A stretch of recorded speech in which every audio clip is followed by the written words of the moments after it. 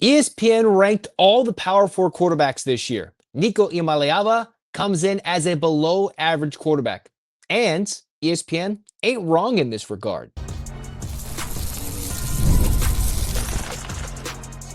You are Locked On UCLA, your daily podcast on the UCLA Bruins. Part of the Locked On Podcast Network, your team every day. Welcome, everybody, to this edition of the Locked On UCLA podcast. I'm your host, ZACH ANDERSON-YOXSIMER. Thanks for making this show your first listen each and every day. It's free wherever it's your podcast, and it's available on YouTube. Like, comment, subscribe, download. Thanks for your support. Welcome back, every dayers, tuning into this show on the Locked On Podcast Network, your number one sports podcast network out there. Thanks for tuning in and getting all the love. What we're talking about today is the latest in the UCLA Rose Bowl drama. There's been more legal drama. We'll touch on that at the end. Second, ADAY MARA, the transfer to Michigan, leaving UCLA in the dust. That has significantly hurt UCLA. We will tell you how and why with Mara's latest success in Michigan. But to start things off, ESPN's Bill Connolly released a Power 4 quarterback ranking. He updated it from 2 months ago, and UCLA's quarterback, Nico Iamaleava, is a below-average quarterback. And Bill Connolly uses the biggest, most analytical model. Here's the thing. Nico has risen up the board from one of the worst quarterbacks in the country to that list to now just the lower part of a maybe mid-tier is what Bill Connolly uses. And he's the guy that uses the SP+, uses all the projections to count wins, losses, who's going to win games, what's the biggest swing, and it's generally an accurate model. The thing that you might wonder is like, hey, Nico's carried this team. Well, still based on this list, Nico is included with rushing yards that don't include sack yards. So he has 600 rushing yards, 1,600 plus passing yards, a QBR of 65 with 16 total touchdown passes. And I think here's the best way, and Bill puts it this way in his article with the list compiled, that Nico has had a rough season. Why? Because Nico and his team and his family and the whole party decided to leave Tennessee, who has been flirting with a CFP spot all season, to come to UCLA, who's 3-6, that just truly can't protect them on the regular, has not been the most successful campaign, all right? And while Nico, you could argue, was the single most impactful player on the team when UCLA beat Penn State, when they were able to beat Michigan State and led them down the field with some nice throws, returning from injury against Maryland, there's been also times where you're like, how is he a top-tier quarterback potentially in the draft in 26? Well, that's not going to be the case. When he's playing well, there's maybe a small thought, if this continues, that he might be able to jump ship and go somewhere to the NFL in the next offseason. That's not going to be the case. The question remains for UCLA, how much can Nico improve for the rest of this season against 3 ranked opponents? Because if UCLA is going to go play number 1 Ohio State and then play a Washington team that has been flirting in and out of the rankings, they've been hovering around it, USC, who's around a top 20 team at the moment in the rankings, and Nico wants to make an impact and prove that UCLA is his home, or prove that he's going to go make more money in the portal somewhere, or still show that he is an NFL-like prospect, he is like an underdeveloped version of Lamar Jackson. And the difference is Jackson went on Heisman Trophy abilities, right?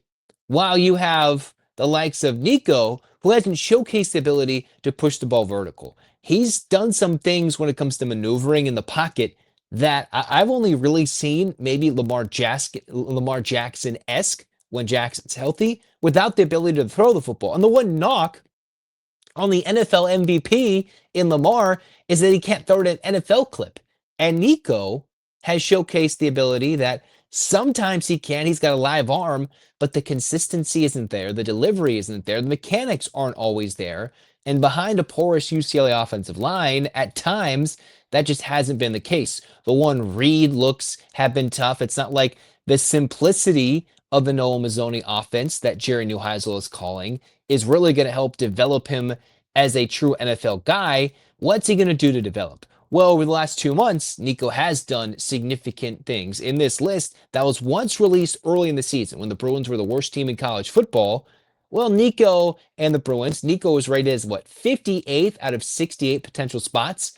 Well, he's jumped up 17 spots in Bill Connolly's top 68 Power 4 quarterbacks rankings. That includes guys that are playing now, guys who've just played.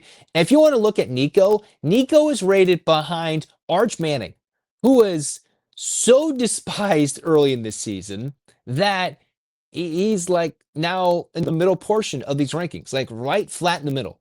You have Arch Manning in the middle. You have Tommy Castellanos, John Mateer, Noah Fafita, all guys at Ethan Kaliakmanis for Rutgers is having a better year than Nico Iamaleava. Well, if you look at Joey Aguilar, Aguilar is way up there in 13th. One-time UCLA quarterback in Dante Moore, he's 17th.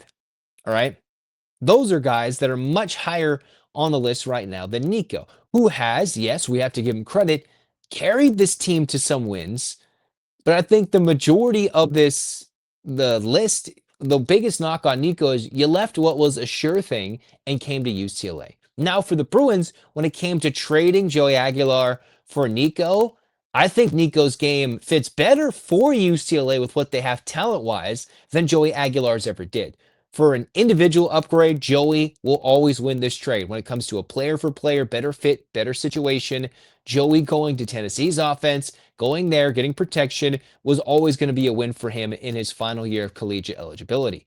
UCLA getting a more mobile quarterback with sometimes an offensive line that just can't handle the physicality of a Big Ten team or a tough-nosed Big 12 team like Utah opening night, then yes, getting Nico was the right decision. I'm not knocking Deshaun Foster going after a guy like Nico, but when you're looking at Iamaleava's development, it still hasn't been there. Has he had moments of magic? Yes. Did I come on this last podcast and come out and say, yes, he needs to have more magic or crazy magic against Ohio State?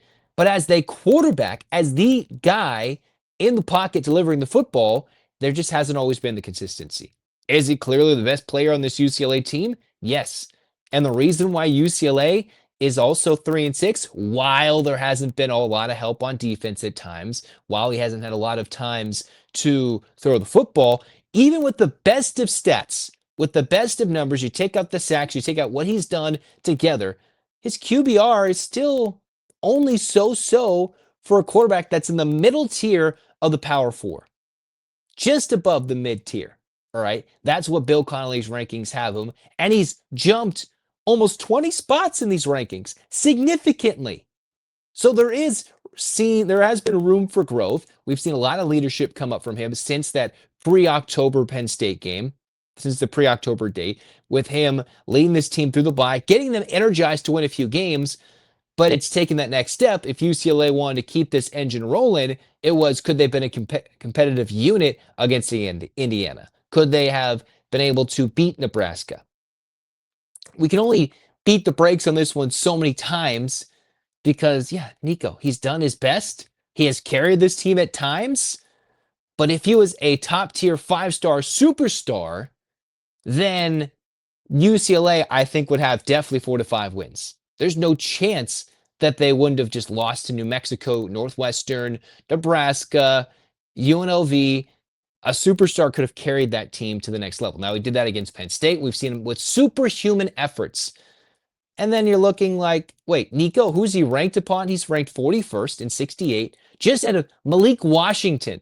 And Malik Washington didn't look all too impressive for me as a freshman QB for Maryland, all right? So there's still a knock on Nico's touchdown passes to his interception ratio is not the best. But after it's all said and done, if Nico was willing to come back to UCLA with a new coach, a new system, a new vision for what Nico could be, then I would take it, honestly. Despite all the criticism, I would take it. But what he has shown here in 2025, at times superstar potential, but the consistency has not been there. That's why he's in the mid-tier of ESPN's quarterback rankings list, here in a re-rank late in 2025. And here UCLA is, some of the parts, 3-6, not looking like they're getting to a bowl. And that's why it's going to take a full coaching effort to get Nico's footwork together, his delivery on point, his decision-making, his processor, working quickly with NFL reads in the Big Ten to become the next level guy who can make it to the NFL as a top-tier quarterback. To get UCLA in 2026, wherever they play, to be a good team. Because right now they're just a bad to at best mediocre team. Next, we'll talk about how UCLA men's basketball, who has showcased some mediocre play, would have been much better with ADAY MARA. That's simple. But what has ADAY done in Michigan? He's impressed a lot while adding a lot of muscle. When the opening whistle blows on a new repair, get your crew moving forward with Supply House. Order today and see parts on your doorstep tomorrow. Over 280,000 plumbing, HVAC, and electrical items from the most trusted brands in the business. Their real-time inventory and honest lead times keeps you from punting those projects, while their industry-leading customer service always has your blindside coverage. You need those parts for faster for a project? Supply House has next day delivery, which is a game changer. The part finder tools and 3D schematics can help save you hours on a job where every detail matters. Join the free Trademaster program today and score serious perks like priority shipping, lower prices, and a dedicated support line. Visit supplyhouse.com to sign up for free and use the promo code SHCollege5 for 5% off your first order. That's supplyhouse.com. Real people, real service.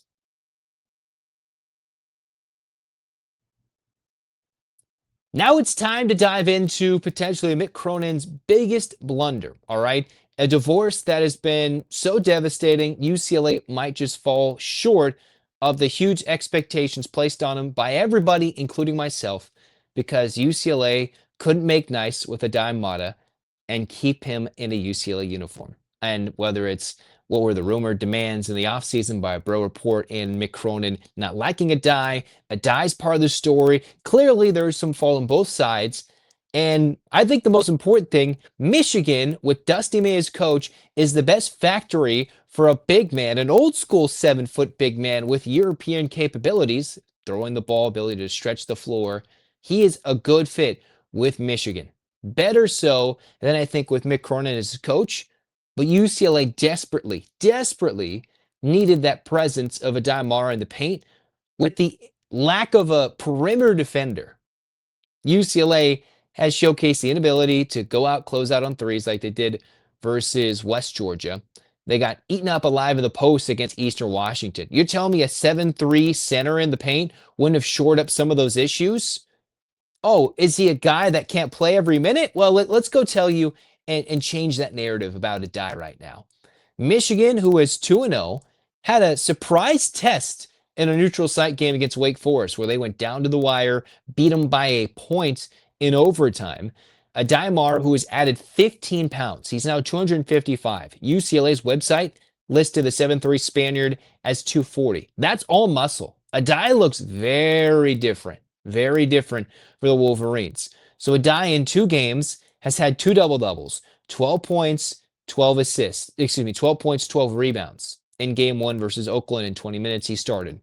Against Wake Forest just the other night, he had 18 points, 13 rebounds, 5 of which off the offensive glass, 6 assists as a center, 5 blocks in each game. So he's combined for 10 blocks, a steal, 8 assists, 25 rebounds, and 30 points. And what I've seen, I think what the number was, is that he's the first player of that caliber to do something that dominant in all those categories since Tim Duncan in the early 2000s. Since Tim Duncan. Think about that. Tim Duncan. So here's the stat that I'm talking about. 30 plus points, 25 plus rebounds, 10 plus blocks, 5 plus assists. He's the first player over 2 games of a season in either Division I college basketball or the NBA to have done those in the first 2 games of a season since 2003, the 2004 season, since Tim Duncan was in the Spurs. All right. First guy, first big man, first player to do all those things in the first 2 games. That's how dominant ADAY MARA was.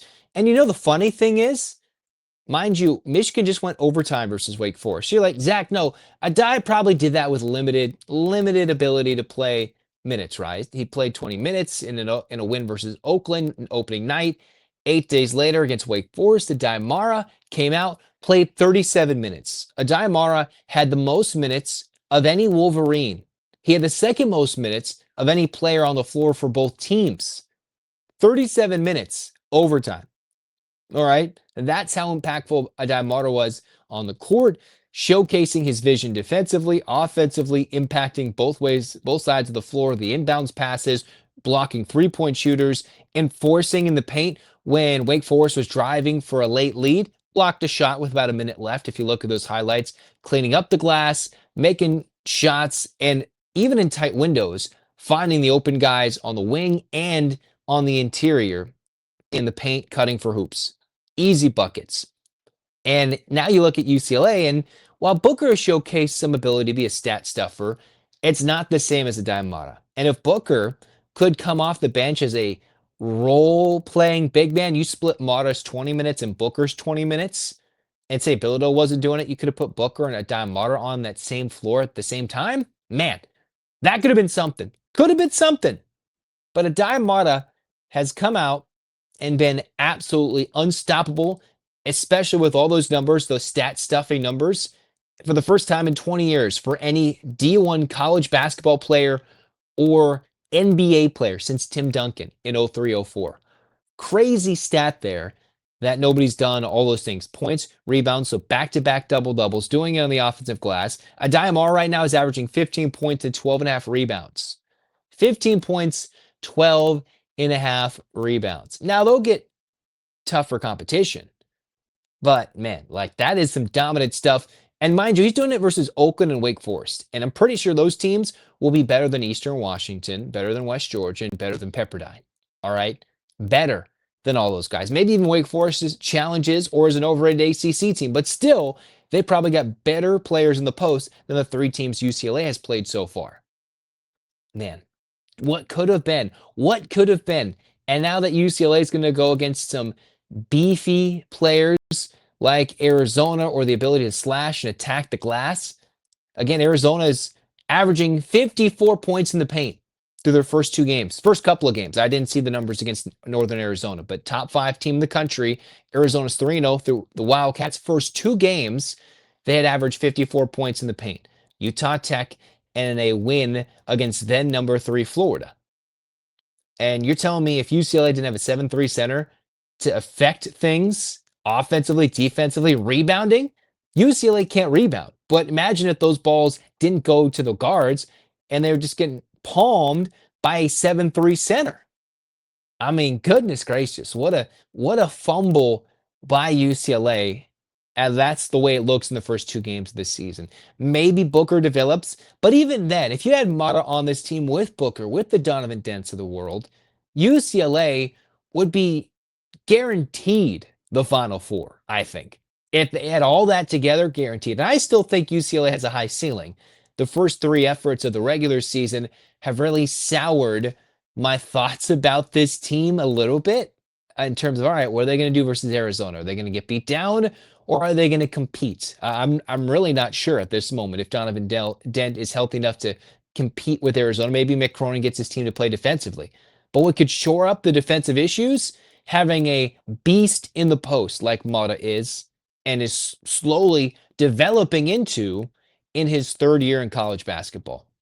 The unfortunate thing is MICK CRONIN worked so hard to bring him over from Zaragoza from Spain, having to fight through to get him into school, to get him eligible by the start of his freshman year, get through the sickness, the injury, the lack of strength, and it's going to be Michigan that reaps the rewards of ADAY MARA's growth and development into what can be a college basketball star. I'm not going to go superstar. He's not at Zach Edey lengths just yet, but he's a guy that can maybe put in easy buckets and compete with some of the game's best big men in the sport right now. And that's what UCLA is missing. Kind of that heart and soul, the funny, goofy Giants. And now maybe some of those rumors of him being like, yeah, I want to go to Spain are true. Although ADAY MARA has come out and said, what's true about all that? It's just unfortunate that UCLA, through 3 games, seems to be lacking something. Well, right now he's wearing a Michigan Wolverine jersey when he should have been in the Bruins blue and gold. It's unfortunate. Speaking of unfortunate, it's just going to get uglier. UCLA and the Rose Bowl had a legal meeting. They had a proceeding talk about the temporary restraining order that the city of Pasadena and the Rose Bowl have combined to file against UCLA. Temporary restraining order so the Bruins cannot officially negotiate with SoFi. What came out of it? We'll talk about it next on Locked On UCLA. The NBA is back, and there's no better place to get in on the action than with FanDuel, the official sports betting partner of the NBA. Even if you missed the start of the game or you want to ride the hot hand, FanDuel has live bets on everything from who will score next to fourth quarter comebacks. Plus, you can even combine your live bets into a same game parlay for a shot at a bigger payout. Keeps every game exciting, especially when you're making that team and your team is making that late push. Think about UCLA. They're playing Ohio State this upcoming weekend. Huge underdogs. Well, you want to go check out Ohio State, number one team in the country, and watch your Bruins and see if they can cover the over 30-point spread at FanDuel. Go check that out with the better, more accurate numbers. In the meantime, FanDuel is giving new customers $300 in bonus bets when your first $5 bet wins. So head to FanDuel.com to sign up and play your game with FanDuel, the official sports betting partner of the NBA.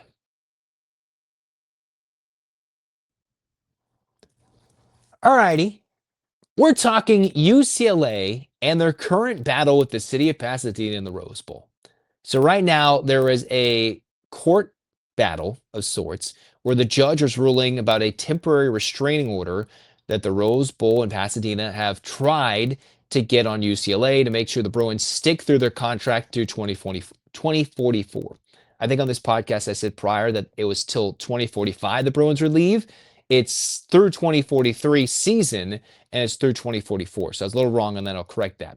For UCLA, though, they get a win according to a judge who came out and said he's going to deny the request from Rose Bowl operating company in the city of Pasadena who wanted a temporary restraining order, making sure that UCLA would stick at the Rose Bowl to play football through 2020 or 2044, through the 2043 season.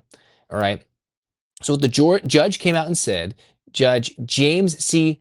CHALFANT, if I'm getting his name correct, it did not demonstrate an emergency that would necessitate the action. All right. So you're like, oh, that ends the discussion. If the temporary restraining order is done, that means UCLA can go talk to SoFi, go make this happen, and that game against Washington is the last one at the Rose Bowl, right? I am kind of leaning that that might be the case. I think all of us who love UCLA playing at the Rose Bowl, we should operate with that intent, but that's not so fast. Not so fast. That's not what's happening. I'm trying to do my best Lee Corso there.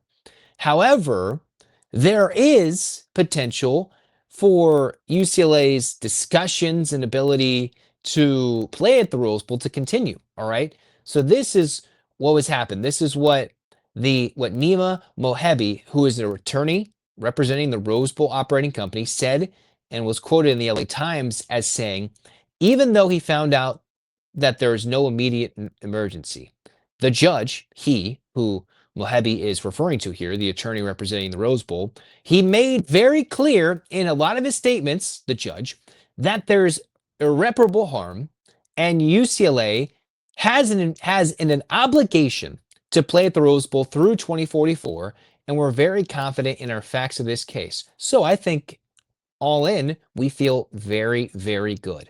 All right.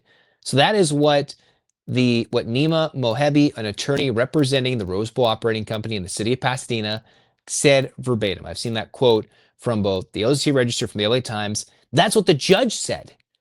So you're like, oh, UCLA's done. And then you're like, wait a minute. Actually, I'm not so certain. All right. And while this legal jargon can all be above my head, who's going to win, who's going to lose, it seems like UCLA, while they won the battle, might actually be losing the war at this moment. They're losing maybe the battle of public opinion.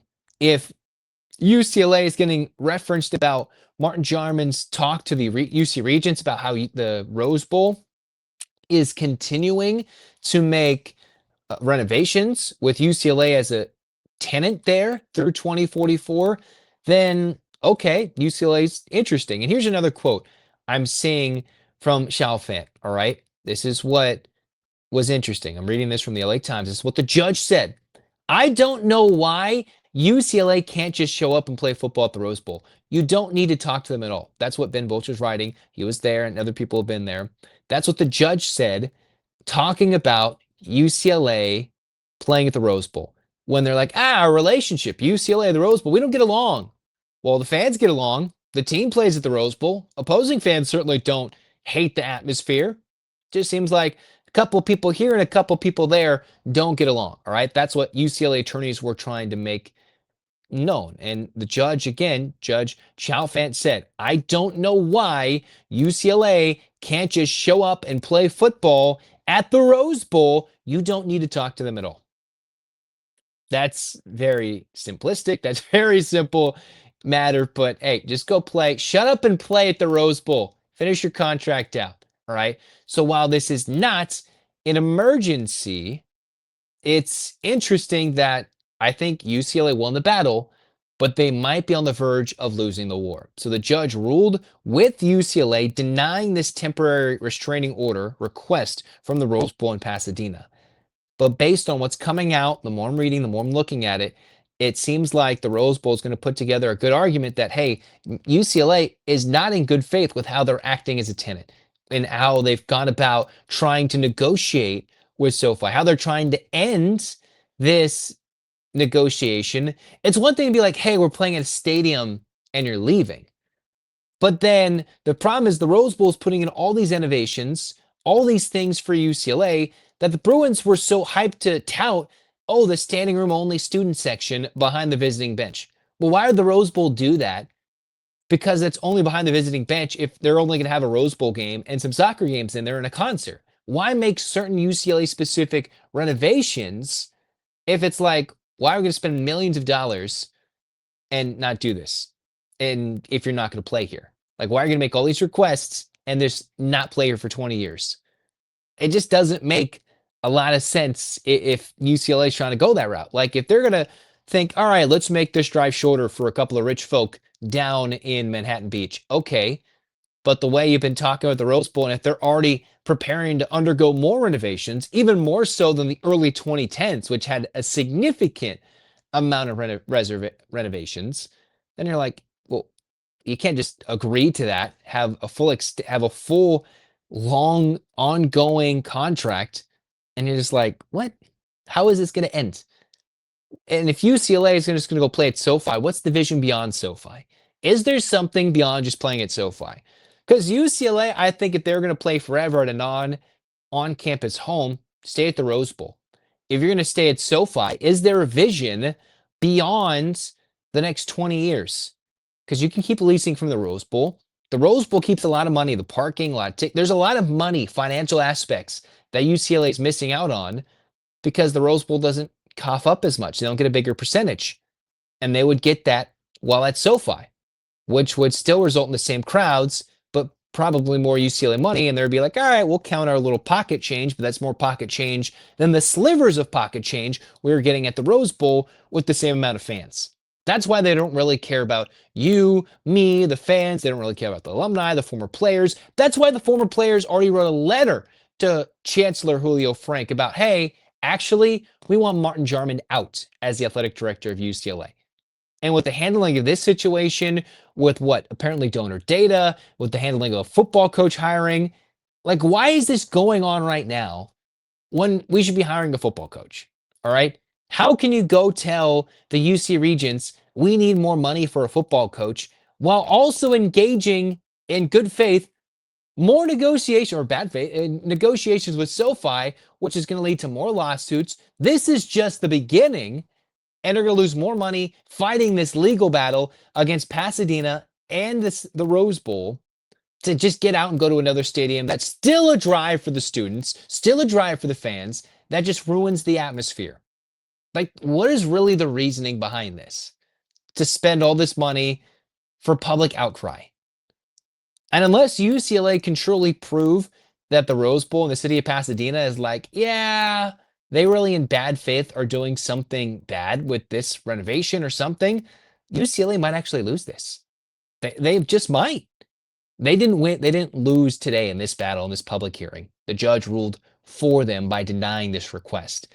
But if it starts leaning the way of City of Pasadena, or the Rose Bowl, the Bruins are going to have to pay a hefty chunk of change for an athletic department that's already running with a lot of deficit, or you're just going to look worse. You're going to look dumb. They're going to look dumber than they do right now. It's just, why? What's the point of doing all this? I don't understand it. So we'll see what happens for UCLA as they may or may not play at the Rose Bowl in 2026. If you're looking at this, if you looked at the headline, you would say UCLA is not playing at the Rose Bowl in 2026. When in reality, it's still a little deeper. And if the Bruins are going to leave, they're going to have to pay a heavy chunk of change just to leave the Rose Bowl. So financially, it might not even make sense because it's going to cost a lot of public money for that to happen. Think about it. Your money, my money, that's public money UCLA is trying to run around with just to leave the Rose Bowl to go to SoFi, which makes it worse for you and me who are trying to spend our own money to go watch this team in SoFi or the Rose Bowl. It's just like, what are we doing here? What in reality are we doing here? Simply put, the battle was ended, won by UCLA. This ongoing public feud is just beginning. Where they're going to play, I really have no idea. I really have no idea. Just stick at the Rose Bowl and end this nonsense. It's contentious, yes, but those are people. The fans, the alumni, the students, the tradition, even the opposing fans, the player. It's the Rose Bowl. Let's get over this nonsense. Till then, we'll talk more UCLA basketball, football, women's basketball. We'll have a lot to talk about in this show. Big time matchups coming up, so stay tuned and watch it here. Hands up, Bruins fans. 8 clap time, baby. And 1, 2, 3, 4, 5, 6, 7, 8. UCLA. UCLA fight, fight, fight. This has been Locked on UCLA. Zach signing off. Go Bruins.